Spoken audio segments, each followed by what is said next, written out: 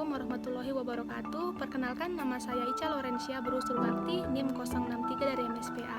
Jadi di sini saya akan coba menjelaskan mengenai salah satu materi yang paling menarik menurut saya selama saya mengikuti praktikum produktivitas perairan. Jadi dari banyaknya jenis materi yang menarik, saya memilih satu, yaitu produktivitas sekunder bentos, di mana materi ini merupakan salah satu materi yang paling mudah untuk saya pahami. Peranan bentos di perairan. Sebenarnya apa sih peranan bentos di perairan? Yang pertama, mampu mendaur ulang bahan organik. Yang kedua, membantu proses mineralisasi. Yang ketiga, menduduki posisi penting dalam rantai makanan. Dan yang keempat, sebagai indikator pencemaran. Hewan bentos itu sendiri hidup relatif menetap, sehingga dapat digunakan sebagai petunjuk kualitas lingkungan atau sebagai bioindikator.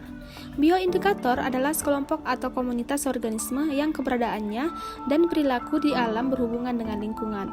Perubahan kualitas air akan berpengaruh terhadap keberadaan dan perilaku organisme tersebut sebagai petunjuk kualitas air.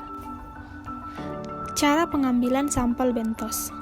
Pengambilan sampel bentos di danau atau sungai dengan arus lemah serta substrat dasar lunak umumnya menggunakan Ek6 Krab.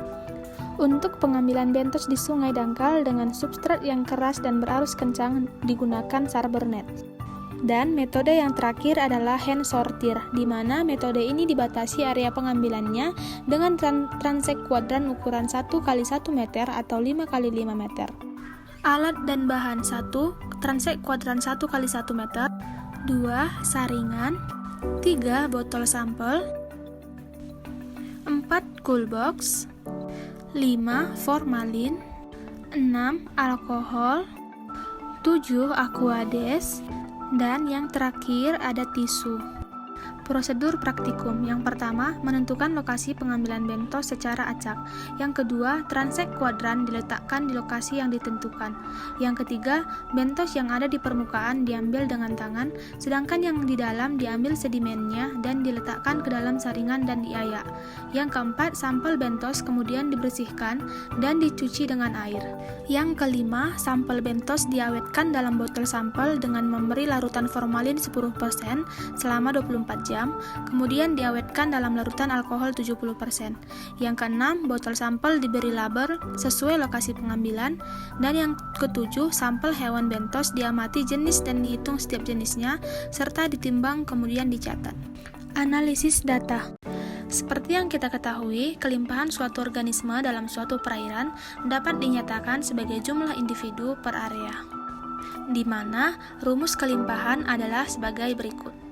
A sama dengan XI per NI, di mana A sama dengan kelimpahan dengan satuan individu per meter pangkat 3, XI adalah jumlah individu dari jenis KI, NI adalah luasan transek jenis KI yang ditemukan.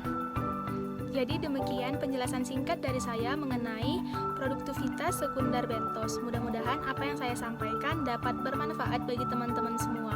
Terima kasih. Assalamualaikum warahmatullahi wabarakatuh.